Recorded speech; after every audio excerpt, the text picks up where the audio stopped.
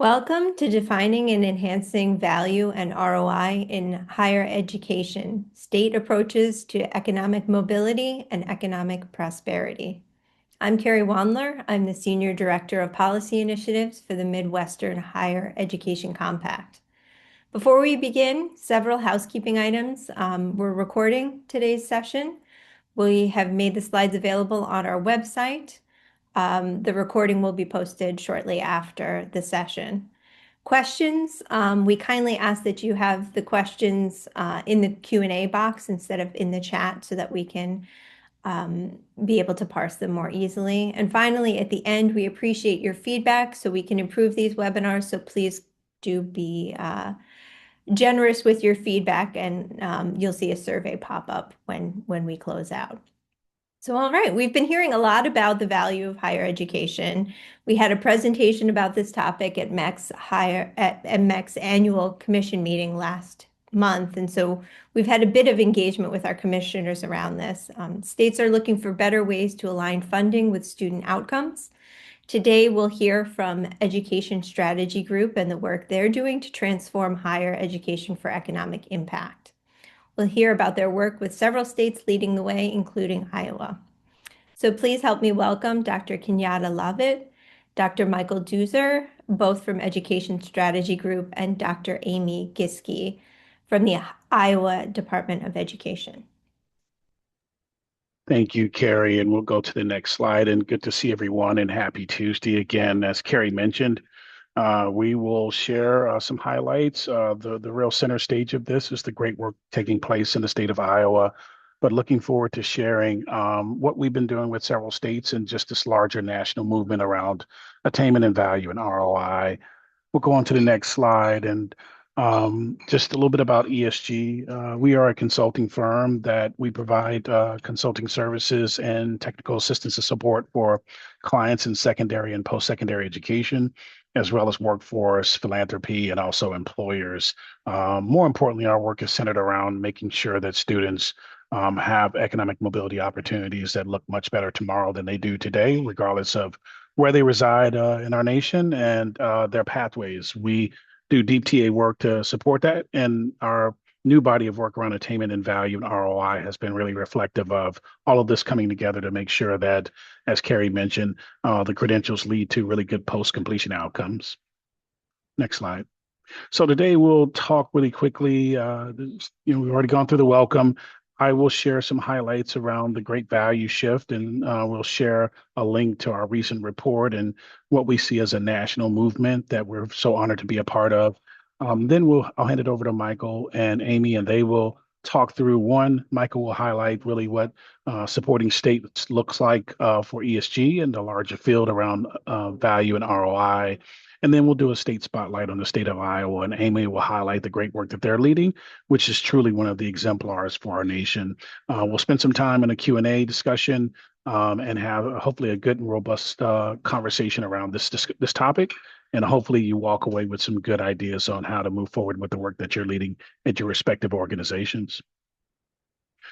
So, great value shift. We are about to wrap up the last month of 2025.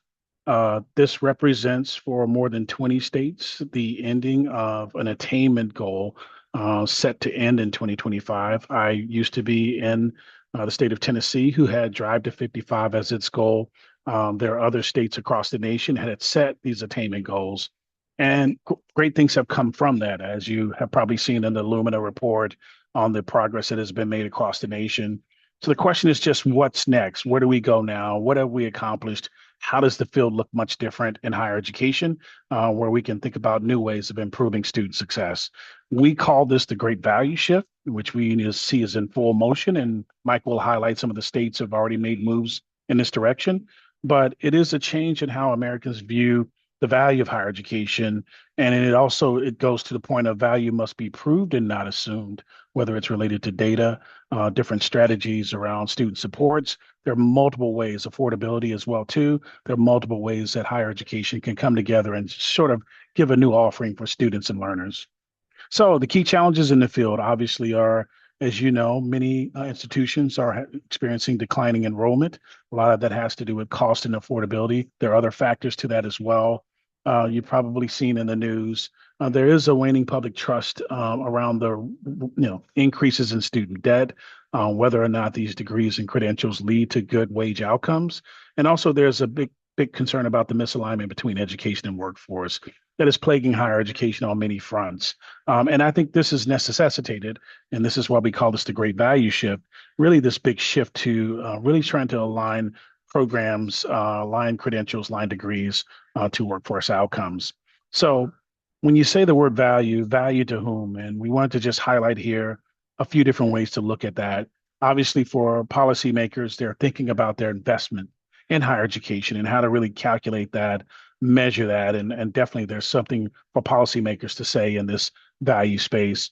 Second is for institutions, whether it's optimizing enrollment and funding or thinking about a different way of explaining the community impact.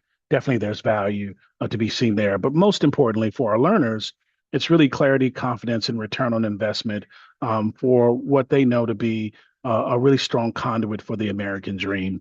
When you look at all of these three, there's so many ways and varieties of ways and approaches to make sure that value and ROI is top of mind for institutions and for states, and most importantly for the entire larger higher education ecosystem, including the MEC and what they have been able to accomplish. Next slide. So if you go and look at the report of the Great Value Shift, these are really the three important steps. And you'll hear more about this from Michael and also from Amy. First and foremost is getting the right leaders to coalesce around a clear post-secondary value goal. And when we say stakeholders, when it was the attainment agenda, typically it was just higher education leaders. Now that we're into this value ROI movement, this also includes workforce development leaders, economic development leaders, community leaders, you name it. This is a much larger conversation because it centers around economic mobility and economic vitality. Second is just committing to meaningful measures. We have much more data to sort of tell the story of the value of higher education than we did when we started the attainment agenda.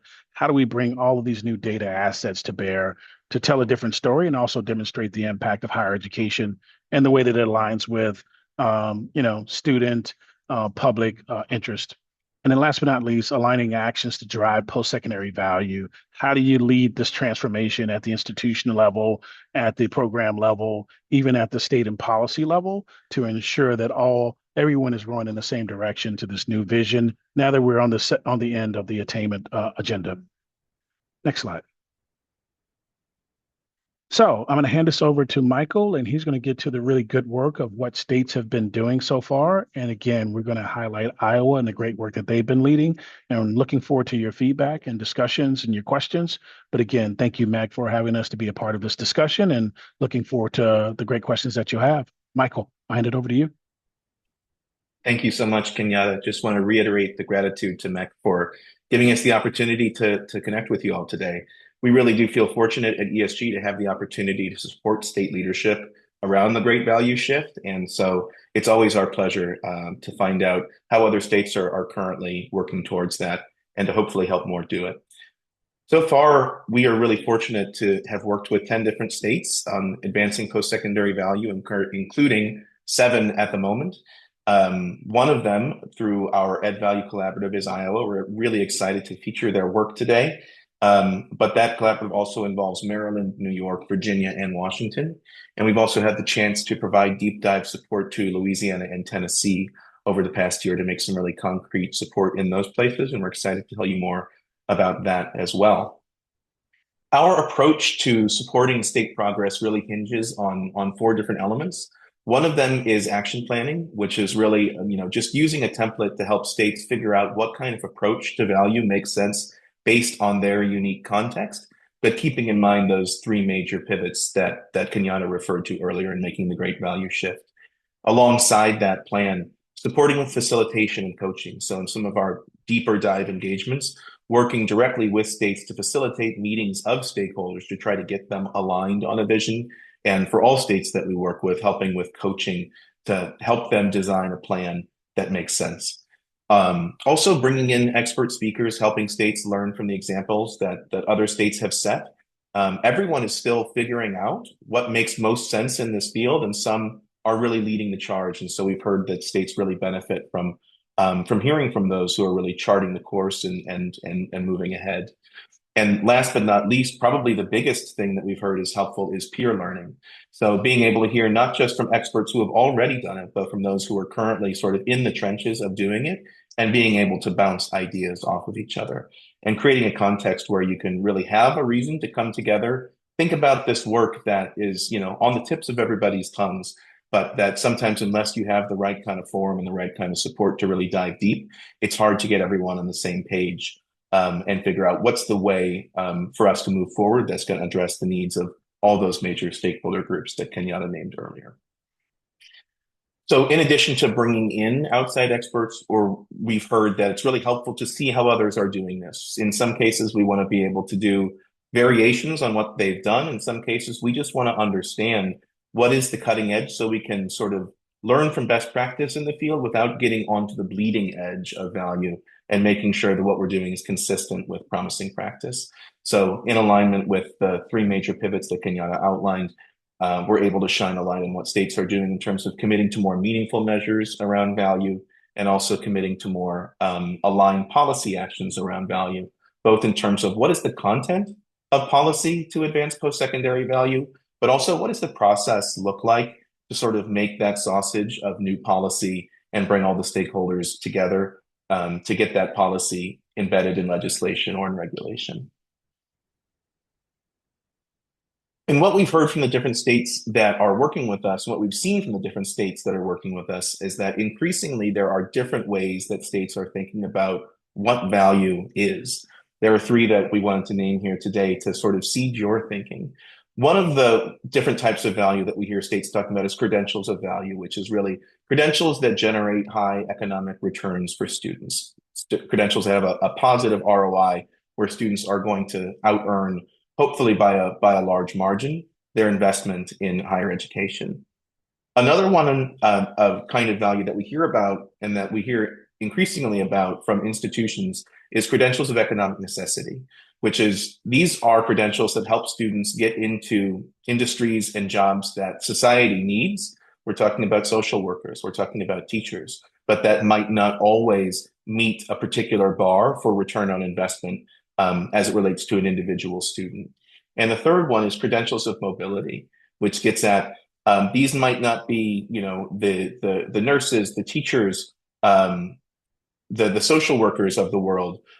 These might not initially meet an ROI threshold, but these are credentials that help students get their foot in the door of the labor market, ultimately move up within particular industries, and ideally these credentials are stackable into jobs that include living wages and careers that help promote economic mobility. And obviously the first of these credentials of value is one that we hope all states will consider, but we also recognize that there are different kinds of value across the spectrum of credentials that different states are currently grappling with how to put these pieces together in terms of a coherent vision and approach to value. Second, Kenyatta talked about, you know, more meaningful measures of value. And states similarly are sort of locating themselves all along what we call the post-secondary value continuum in committing to these kinds of measures. So, you know, in the attainment era, right, post-secondary credentials were self-evident as this is going to create value in the labor market.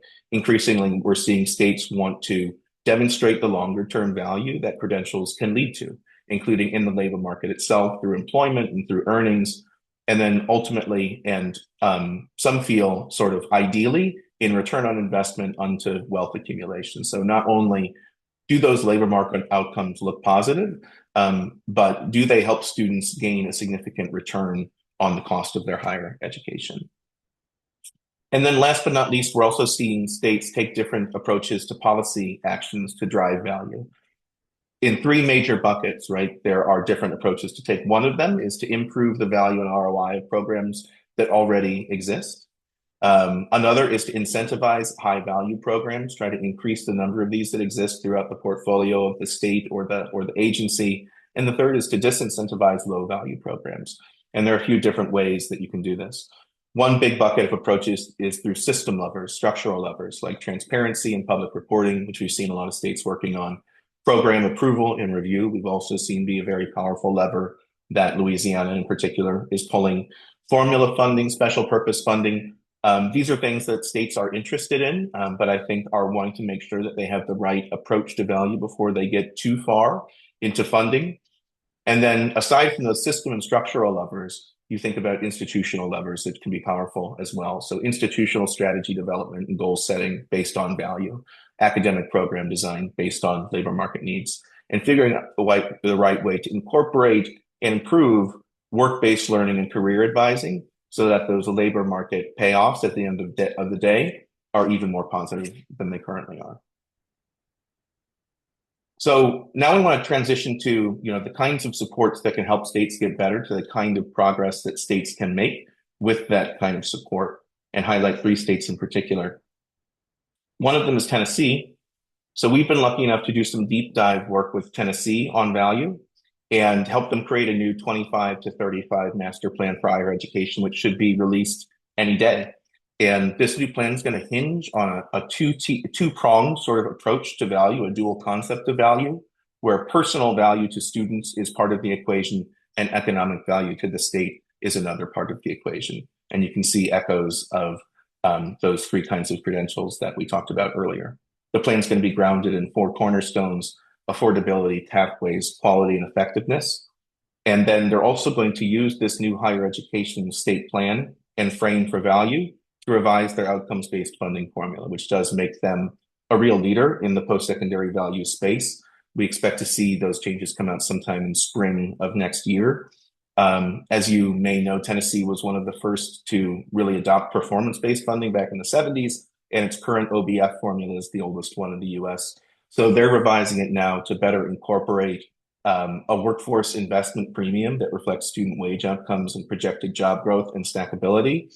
And rather than completely overhauling their outcomes-based funding formula approach, they're going to make this adjustment to it to better reflect value and labor market outcomes.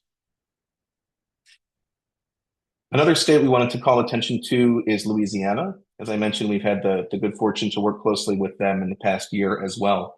They too are lucky to be building on prior work around value in terms of some early movement around defining back in 2020 what credentials of value were, defining them as being aligned to high demand, high growth occupations, and providing wages that were 20% above the average high school graduate in Louisiana.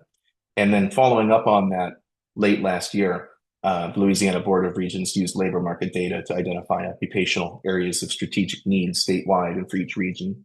So this was an example of a state that already had some good policy infrastructure around value, and the challenge for them was figuring out how to leverage that in terms of action.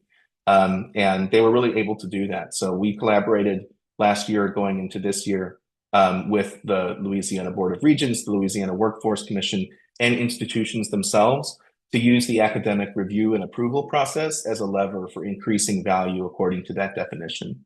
So we were able to help facilitate some joint workshops among these groups that highlighted the importance of academic planning, really centered this as a lever that the Board of Regents was interested in using to enhance value, and highlighting the need for better connections between education and workforce.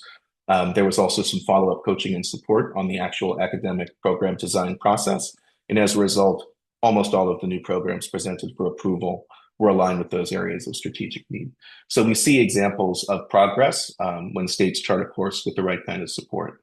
But maybe the most compelling example so far is Iowa. And so I'm happy to pass the mic to Dr. Amy Giske from Iowa, who will tell us more about what they've been able to accomplish. Great. Thank you, Michael. I'm very happy to be here. My name is, again, Amy Giske. I'm Bureau Chief for Community Colleges at the Iowa Department of Education. We are part of a division of higher education that includes CTE and our Iowa College Aid Bureau. So collaborating in a lot of different ways to advance these initiatives. I do want to say a thank you to Michael and Kenyatta for allowing us to be part of the community of practice. We've really learned a lot over the last few months. This is complicated work. So in many ways, it builds on a number of initiatives that we've had in the works. But it also is helping to advance more quickly some of initiatives that we have been wanting to get to, like developing an ROI methodology and fine-tuning our IRC list and our credential credentials of value list. So it's been very helpful to hear what other states are doing.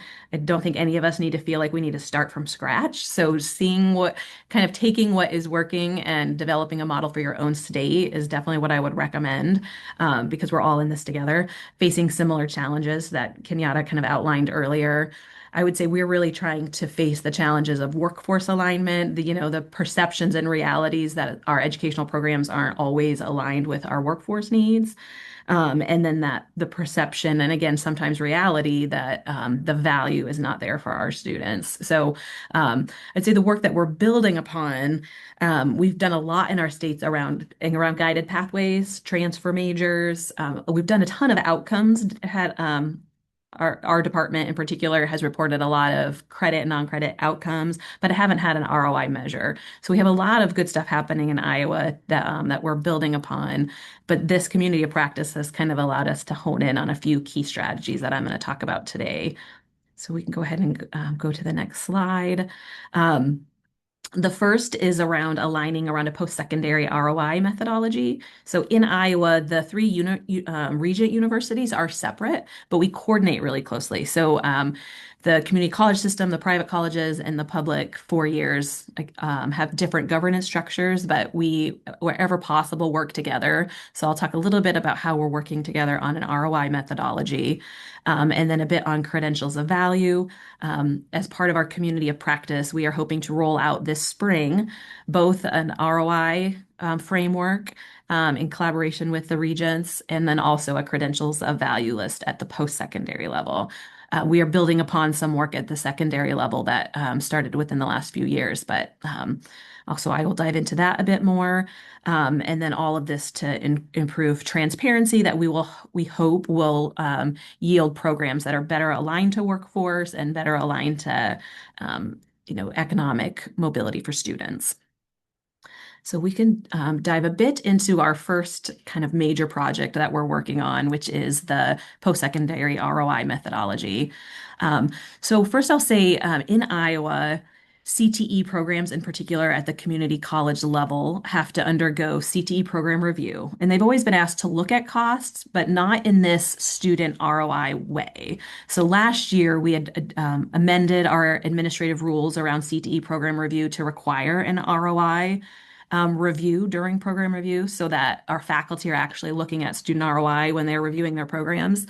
But that's a tall order to place on colleges and individual faculty who are doing program reviews. So the state wants to support that effort by making this data publicly available, which was one reason we were excited to dig into the work.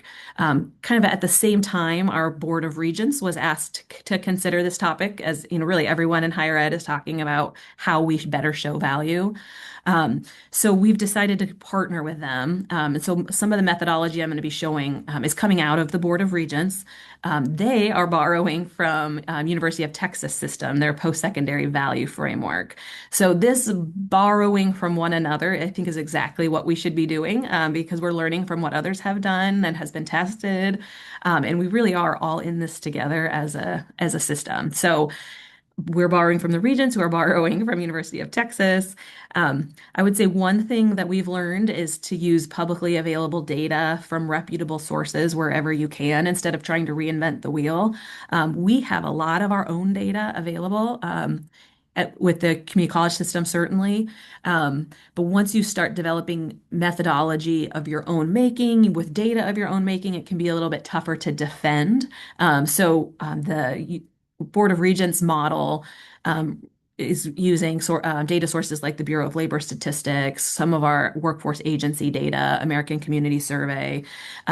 So it was publicly available data that we feel like we can replicate in the community college space.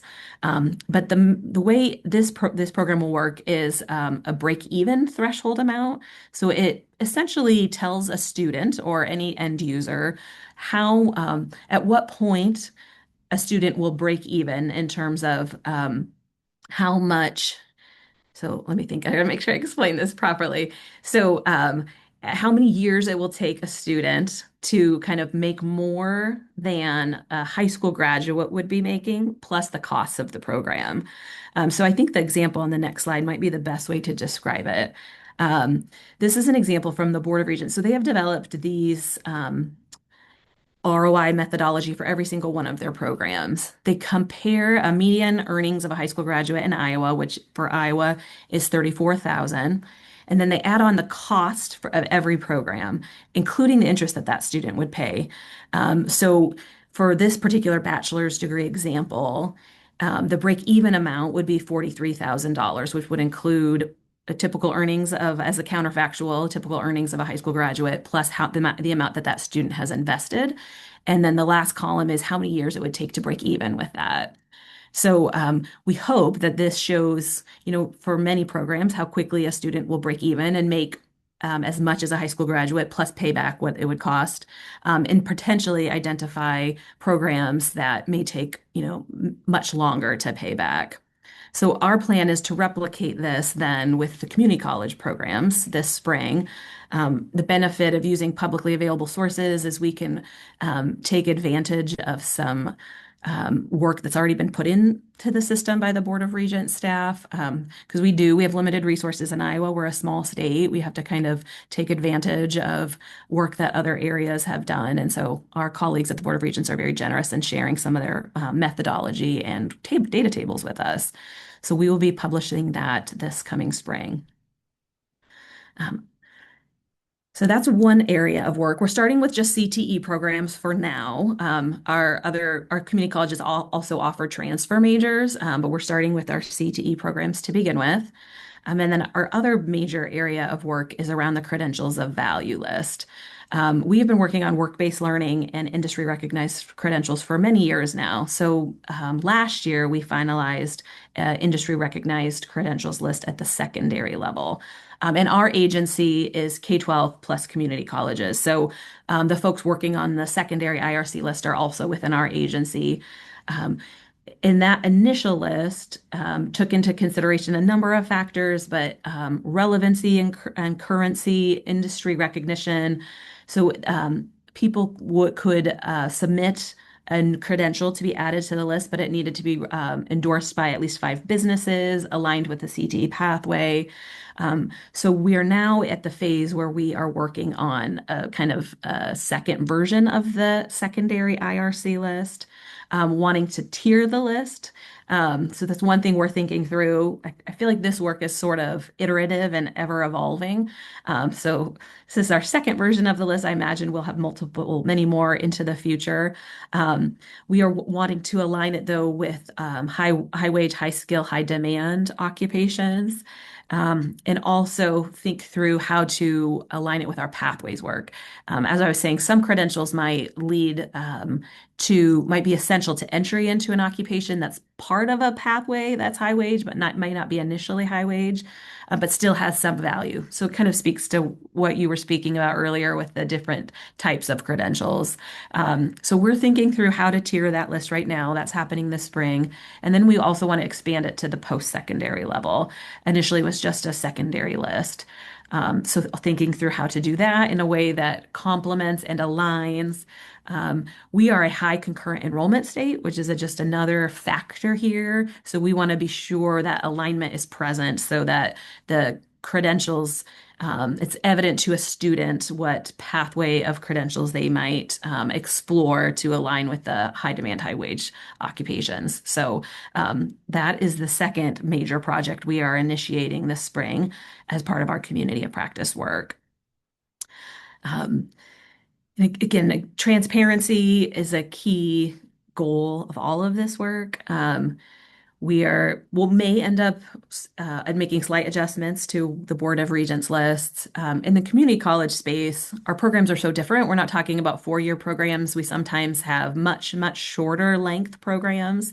We've been brainstorming around how to account for the public good programs that may not be high wage, but have high societal value, how to account for that. And then thinking a lot through our policy levers. So, it's one thing to put this data out there, but very important to think through how you're going to use it, and sort of scaling up the policy levers we're using. As I mentioned, because of our recent change to administrative rule with CTE program review and the requirements for ROI, that seems like a good place to start because we're just asking that all programs consider the ROI data. We're not saying we're going to cut your program or we're not going to allow you to start a program because you can't show high ROI. I think initially you really just you want to keep the stakes lower until there's a lot of trust in the tools and trust in the data. And the data in this space is not perfect yet, if we're being honest. A lot of those publicly available data sources, you can start to poke holes. It's getting better and better as more and more of these conversations happen. But I just think that's important to consider as you think of your policy levers. We will likely move to incorporating ROI into CT program approval. We do approve our programs at the state level. We ask for labor market data currently, but not an ROI data measure. But we'll likely consider that as a next policy lever. And then we also do state accreditation in Iowa and, may incorporate the data into that process as well.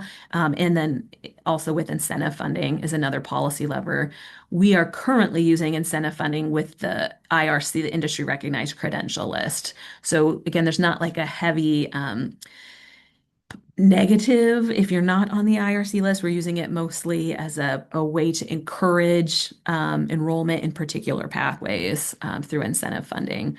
So those are some of the policy levers that we are considering right now.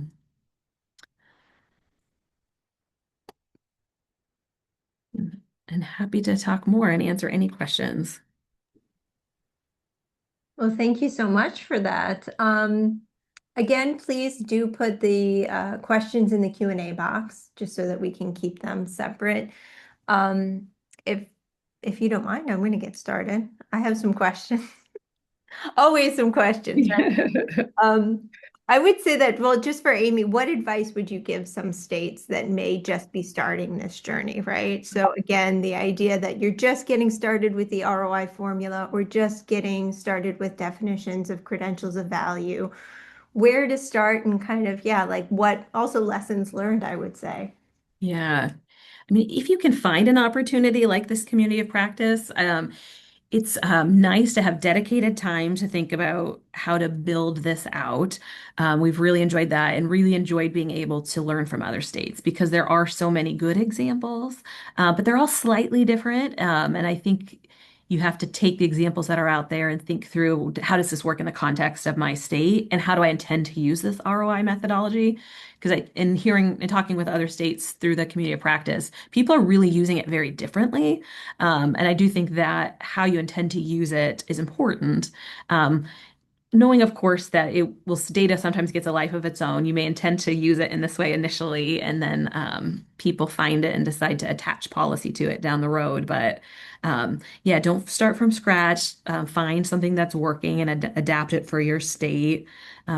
Think about that using publicly available trusted data sources, because that's often the criticisms that you'll get is, well, how do we, the sense that maybe the data is biased or, flawed in some way. And, really vet it with your partners. Like we're not trying to do this to close programs or to show how people aren't meeting community need. It's really supposed to be a useful tool for our institutions, for policymakers, for students to make smarter choices and better decisions, not based solely on this, like an ROI mesh. That's just one piece of data that needs to be put into a larger context. But if you don't vet it in the front end, people will be suspicious of it. We've already pre-vet this to some extent, and people are suspicious because they worry about the decisions that will be made based on the data, which I think is fair. Sometimes decisions are made in a vacuum. So vetting it heavily, listening to feedback and concern, and I do think scaling up your policy levers. If you start with like a huge significant policy lever right out the gate when people aren't comfortable with the data, that could crash and burn. So those would probably be some of my pieces of advice. No, that's wonderful. Yes, moderation is the key. Yeah. Moderation. We do have a comment, kind of question comment in the chat here saying I'd be interested to see how recent legislation regarding subsidized loans affects those returns.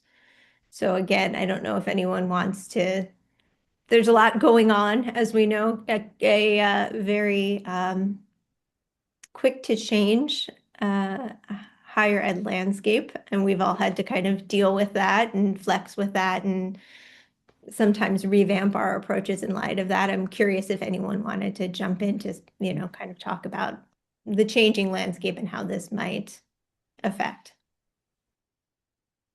I know for our ROI methodology tool, we will assume students are borrowing the full cost, assuming highest cost possible. So it will almost overestimate the student costs and underestimate student ROI because we're assuming highest. So we don't have to, individually calculate how much each individual student is making. We're just assuming that they're borrowing the full cost of the program. Um, Yeah, so you do, yeah. no, that totally definitely +1 on that, Amy, on I think where states are looking in terms of their calculation. I would say the other thing related to it, Michael highlighted the graphic around the continuum and wealth accumulation is one aspect that most states are not really endeavoring into. But if you look at Texas and they're building a talent strong Texas vision, part of it is a commitment to ensuring that students walk away after a certain period of years with no debt. I want to say it's 90% or something like that. So they do have that in a measure of their larger sort of vision for higher education in Texas. So it is something to think about of, value also, to your point, Amy, assuming that you're optimizing all the debt that you can, but ensuring at the end of the day you can pay that debt off is a really strong conversation related to this. I think the question that Joe Kelly is asking. No, thanks so much for that. We do have another question here. Of the states that you've worked with, what are the biggest differences and what do you attribute those differences to? So what are the surprises that states might have thrown your way? It's definitely a Michael question. Yeah, I'll take a stab at that. Amy, I'd be curious to hear your perspective too, but I'll take the first stab. Um, I think we've got states all across the sort of political spectrum. And we've got states where I think there's been more early progress with respect to value and ROI and sort of less progress with respect to it. Um, I do think that it's hard to name, what causes different contexts and cultures to be as they are. But to Amy's point, they're definitely something to keep in mind whenever you're trying to adapt, the wheels that already exist rather than reinventing the wheel. I think maybe, what surprises me most is sort of across those contexts, how common the challenges are that states are grappling with. Really, this is on the tips of everybody's tongue. Red, blue, purple from a political perspective, West, Midwest, East Coast, South, you name it. Everyone's trying to figure this out. And I think in particular, what we see is, yes, we agree with the concept, but how can we make it fit with the commitments that we've already made and the values that we have around higher education? So how can we make progress without sort of swinging too far in a direction that, that we could be concerned about if we come to sort of only talk about education in economic terms? And I think that sort of underneath the hood of defining value and ROI, all states are grappling with how do we handle special programs of the kinds that Amy was referring to and that I spoke to earlier, programs that may have high social returns or other kinds of benefits that may not have high student-facing ROI.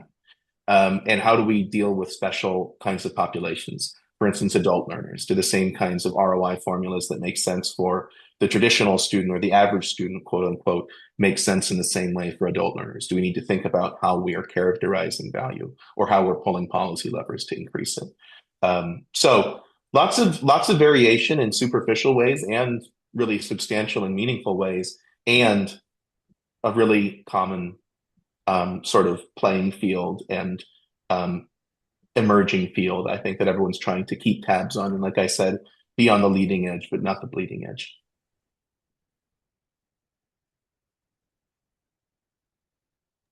Amy, any thoughts? I was going to add something, but love your thoughts as well too.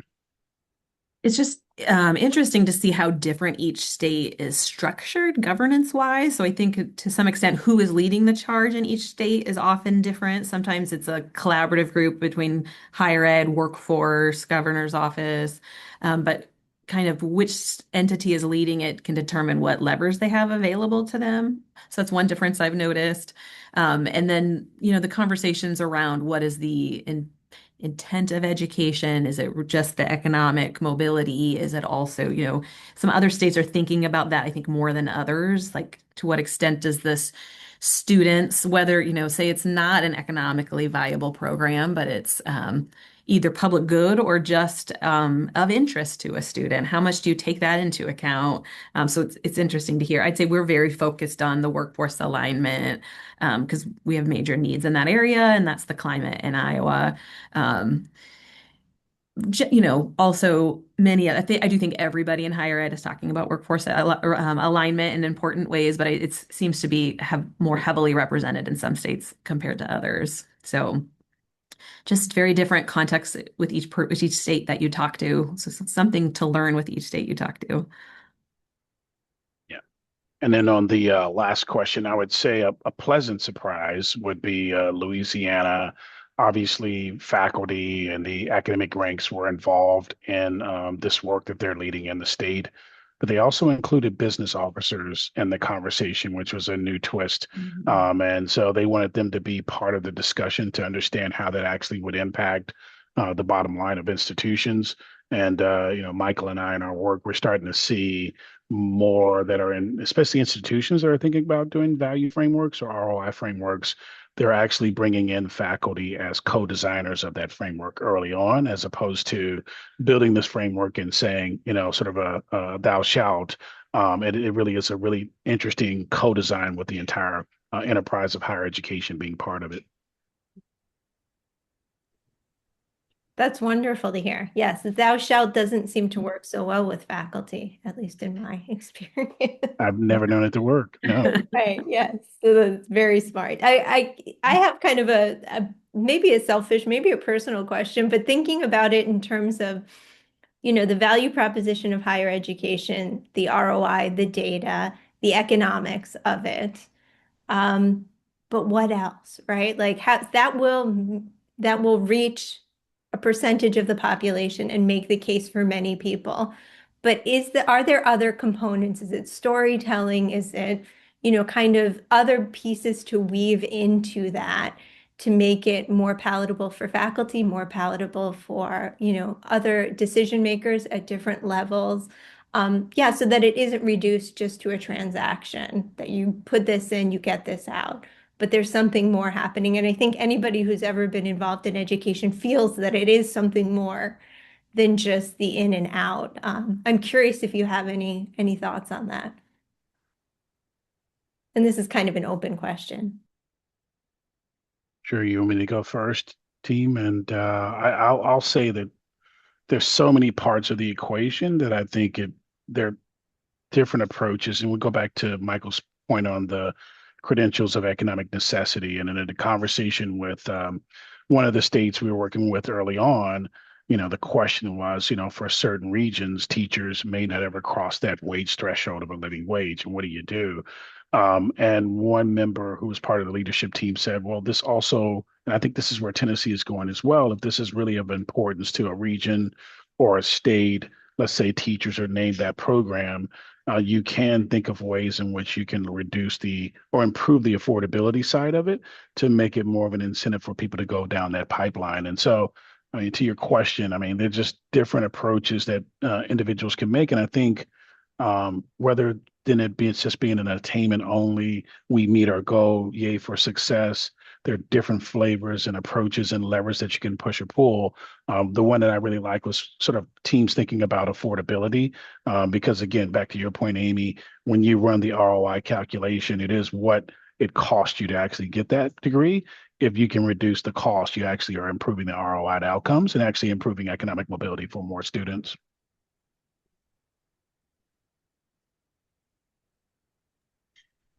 Amy, I'm happy to weigh in myself. I'm curious if you have any thoughts. Yeah. So, I mean, having worked in higher ed my entire life, like this is like my passion and my love. And there are so many things that higher ed does for society and for an individual that it's hard to when you start to try to just quantify it. But I do enjoy this conversation because I feel like at a minimum, it tells us that we have an ethical obligation as a system to be putting out programs that will produce economic return for students. Because I do think that should be a base expectation, and in many ways, society is telling us we don't believe that that is the case. Like I can go get a 4-year degree and may not necessarily have what I think is kind of our base expectation to meet the needs of students, which is that that degree will pay for itself because that's real investment, that's real money that either state aid is putting in, federal government is putting in, or individual students through tuition. And then plus, I think we can also, once that kind of faith is restored in the system, also talk about all the other many benefits of higher ed to both an individual and society, which I do think is lost a little bit in this ROI conversation. Um, but I think it's a yes and. But first, let's restore people's faith that we're doing this really well. And then we can help restore faith in the whole system and talk about those other added values of the system. So it's a great question. Yeah, I think those are all great points. I think what I would add is that there are ways to think about how to sort of make this approach better, fairer, and more palatable by enhancing the way that you are measuring value quantitatively. And I think that's part of it, right? Is, how can we potentially cost some of the value of education that's not obviously economic? If we think that, expanded horizons, for instance, in general terms is something of value, or civic engagement is something of general value, might we not have a way to characterize some of those things in an economic formula so that when we think about benefits to taxpayers and to society and trying to persuade legislators, for instance, and budget makers that this is a worthwhile investment, that those things are being considered as part of that calculus? I think there's also a big part of it that speaks to recognizing the sort of intrinsic benefits of education and respecting the intrinsic benefits of education, while at the same time trying to, from an economic perspective, not leave students worse off economically than they were before going to college. And I think that's a framing that most people can get on board with conceptually, including folks in institutions and including faculty. And to some extent, the devil's in the details. And I think I've seen states, sort of be able to get past some of these challenges by really meaningfully engaging institutions when they're developing some of these things, as opposed to saying, here's where we landed. Is, don't you like it?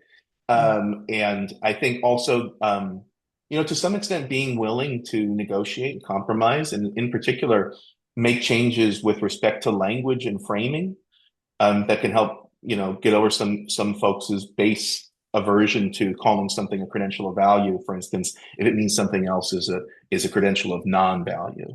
Are there ways that we can use different language to make the concept more palatable, and give us some space to think about the kind of methodology underneath the hood that makes sense to multiple parties?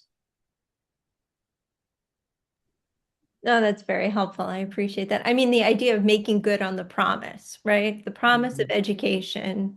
Yeah, I mean that to me that feels fundamental, and it also feels something more than transactional, right? I think that's a good way of getting at it. I'm kind of curious about the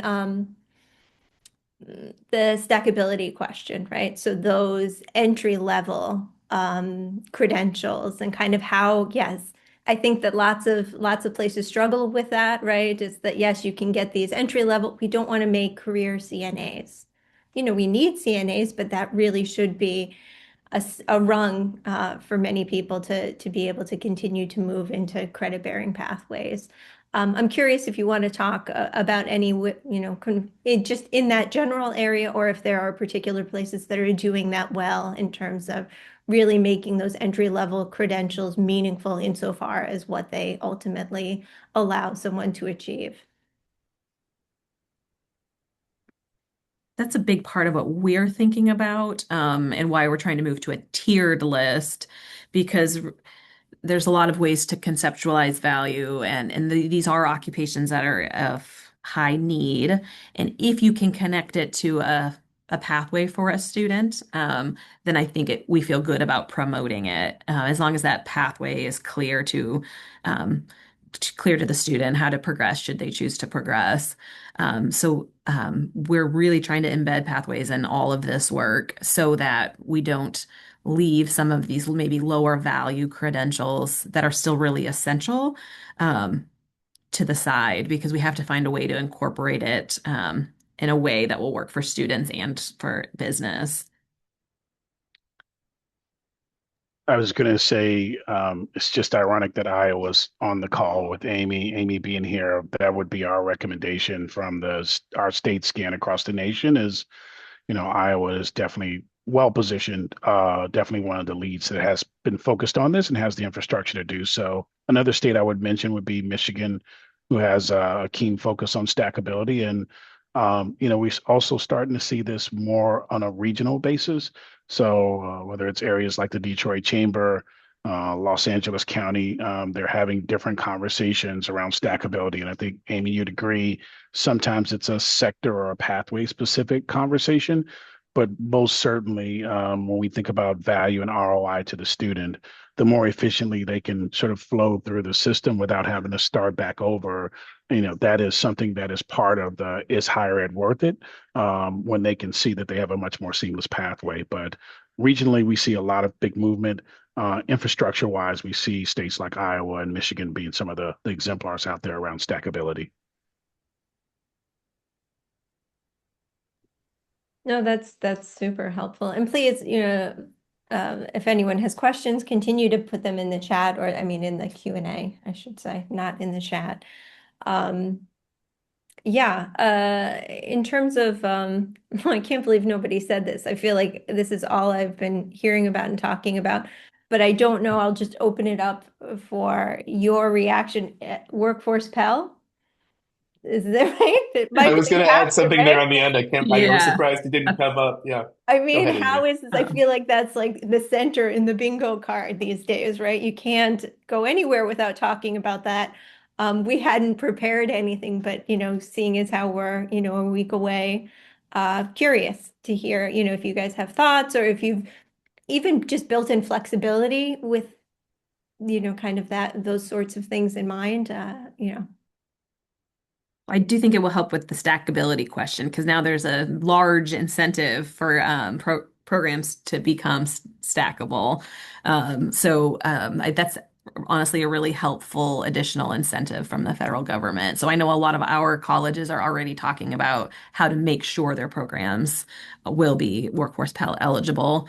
Although we have been for many years, because of our pathways work, been working on like non-credit to credit, smooth transitions there, prior learning assessment. So there has been a lot of work already happening in the space, but when Workforce Pell comes along, that's going to be a major lever to push towards stackability.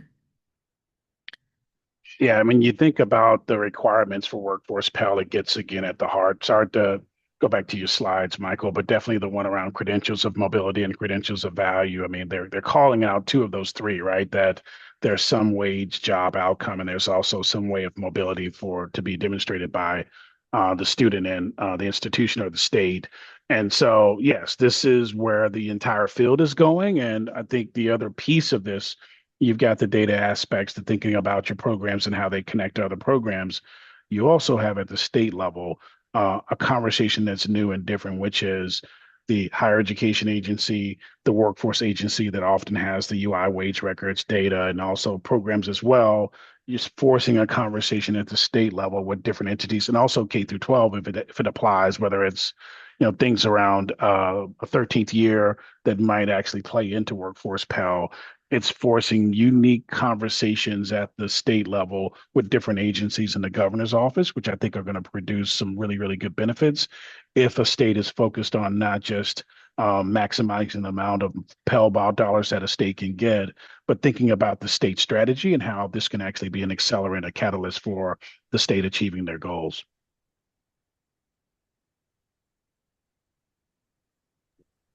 Wonderful. Michael, do you have anything on Workforce Pell? You're gonna beg off on it. This is one of those ones where I think I don't want to say that everyone is waiting and seeing because there's a lot of energy, I think, right now. But to some extent, I think that in particular with respect to stackability, there's some curiosity to see exactly how the definition of stackability plays out. And there's as much interest in how you might sort of measure and demonstrate stackability, prove stackability, as how to design for stackability. So I think it's been part of every state's conversations, and I'm not sure any state has completely cracked the nuts. I think this is the leading edge of the leading edge, and I think we'll learn a lot in the next 6 months, next year. Wonderful. Yes. Ending on a good note, right? Ending on a positive note about Workforce Pell. Check in with me mid-January of next year. It looked like Angie dropped in an article here about CNA. So anyone who's interested in certified nursing assistants or that pathway, definitely please check it out. Doesn't seem like there's any more questions. I think we may have exhausted the conversation, at least for now, though I think that there's a lot more we could probably mine here. So thank you. That's all I can say, right? A huge thank you to Kenyatta and Michael and Amy.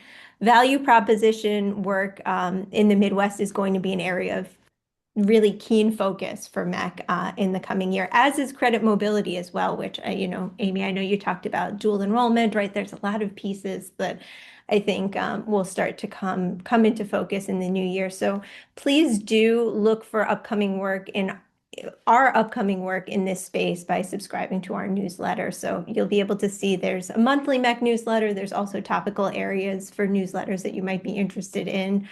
So do check that out just to kind of keep a pulse on what's going on in terms of the MEC universe.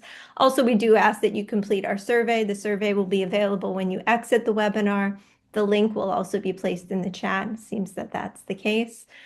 We've posted the presentation already, so please do share and take a look at that. The recording of today's event will also be available on the website later today.